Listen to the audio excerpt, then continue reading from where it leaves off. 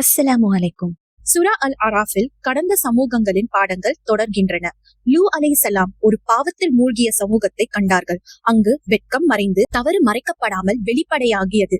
லூ அலைஹிஸ்ஸலாம் உண்மையுடன் அவர்களை அழைத்தார்கள். ஆனால் அவர்கள் மறுத்ததோடு மட்டும் இல்லாமல் தங்கள் செயல்களை சாதாரணமாக்கி அதை நியாயப்படுத்தினர். ஒரு காலத்தில் வெட்கமாய் இருந்தது சாதாரணமாய் மாறியது.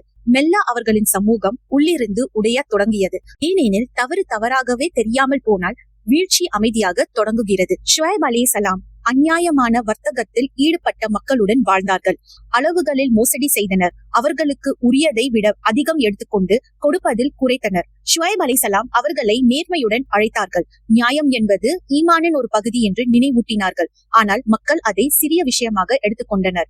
சிறியதாக தோன்றியது மெதுவாக பழக்கமாய் மாறியது. அந்த பழக்கம் அவர்களை வரையறுக்க தொடங்கியது. ஏனெனில் அநியாயம் எப்போதும் பெரியதாக இருக்காது. அது அமைதியாக ஒரு சமூகத்தின் நிலையை மாற்றிவிடும். மூசா அலைஹிஸ்ஸலாம் ஃபிர்அவுனின் முன் நின்றார்கள். அகந்தையில் மூழ்கிய ஒரு ஆட்சியாளர், தன்னை எல்லோருக்கும் மேல் என்று நினைத்தவன், அல்லாஹ்வுக்கு உரிய இடத்தையும் தன் வசம் எடுத்துக்கொள்ள முயன்றவன். அதிகாரம், கட்டுப்பாடு, படைகள் எல்லாம் அவன் பக்கம் இருந்தது.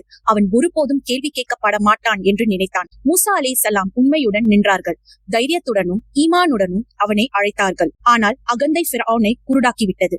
நேரம் வந்தபோது கடல் தானே ஒரு சாட்சியாகியது. தன்னை எவரும் தொட முடியாது என்று நினைத்தவன் ஒரே கணத்தில் வீழ்த்தப்பட்டான். ஏனெனில் எவ்வளவு உயரமாக அநியாயம் உயர்ந்தாலும் அது உண்மையின் முன் நிச்சயமாக விழும். இவை வெறும் கதைகள் அல்ல, கருணையுடன் கொடுக்கப்பட்ட எச்சரிக்கைகள். ஏனெனில் பொய் எவ்வளவு வலிமையாக தோன்றினாலும் அது ஒருபோதும் வெற்றி பெறவில்லை, ஒருபோதும் பெறாது.